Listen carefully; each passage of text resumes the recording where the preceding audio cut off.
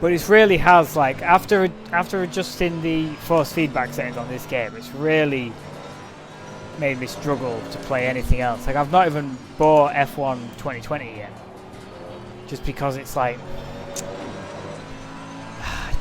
just race this. Cancelled iRacing, did 3 months of iRacing, and cancelled that. Just because I think, especially after, you know, doing the endurance stuff with the pit crew boys, and like doing the online races, and even after you've bought the DLC, it's still just, I mean, whether or not you think it's better than iRacing, it's damn close for a fraction of the price, especially to have access to all these different GT3 cars.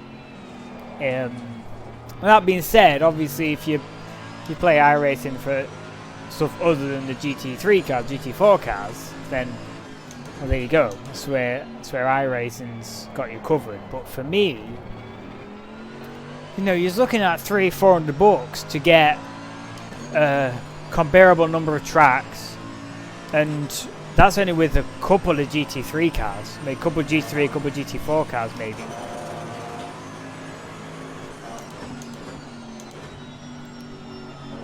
Which I don't know. Which is weird, because I always imagined that, like, I mean, I even said it in my Project Cars 2 video, where, like, iRacing was always that final destination for sim racers. Do you know what I mean? You start with Project Cars or F1 or whatever, Forza Motorsport, and then eventually that progression, that sim racer progression, like, leaves you at the end of it at iRacing and doing whatever, you know, whatever iRacing's got on races and endurance for that and stuff. And that was always my goal. I thought that's what would happen. And even when I bought this, I thought, yeah, no, this would be good. But obviously, iRacing's that final destination. That's where we're going to end up. And I don't know. I still think either we'll get bored of what's on offer here and go over to iRacing, or if this continues to improve and they maybe, you know, put on a few more, like, official races and stuff and have more of a progression like iRacing, then I think you might stay here. If this mess up that corner. No, don't go red, don't go red. Phew. Alright, we're gonna do this, boys. We're gonna get these track medals.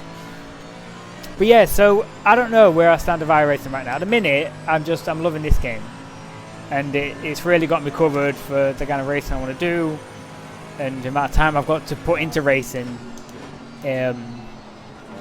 But you know, I still think doing some 6 hours or something on iRacing may be good one day. But this is just, it's so great, and I'd love to reach out to any iRacing, you know, super fanboys who have never tried this game to try it, and then vice versa as well. If you played ACC and you enjoy it, then it's well worth getting a month or two of iRacing and give it a try, because iRacing it's very old. And there's some elements of the UI and stuff where it shows its age, but it does offer a lot, and the physics are pretty on point. But this game is real good, I'm telling you. I am having a lot of fun with it. It strikes a nice, but I guess it's just GT3 cars in general strike a nice balance between, you know, sort of, you know, grassroots, good old racing and sort of the F1 games. And I think the first thing, when I picked up this game, I was making some notes for a review I was going to do, never got around to it. And the very first thing I wrote down was, like, immediately inviting, right? Literally within sort of a lap, I was like, oh, I understand where the boundaries of this box are now. I've not reached them yet. I've not pushed the limit, but immediately the game, you're you're not just struggling to get a lap in. Where like in F1, when you turn ABS and traction off, I mean, you struggle to even put a lap in. There's like little nuances to the handling or to the track where it just spits you out. With this, it was like, I get it. I get it. And ever since, it's been great. Well, a few more tracks would not go amiss. And if you're listening, I'd love South Korea, please.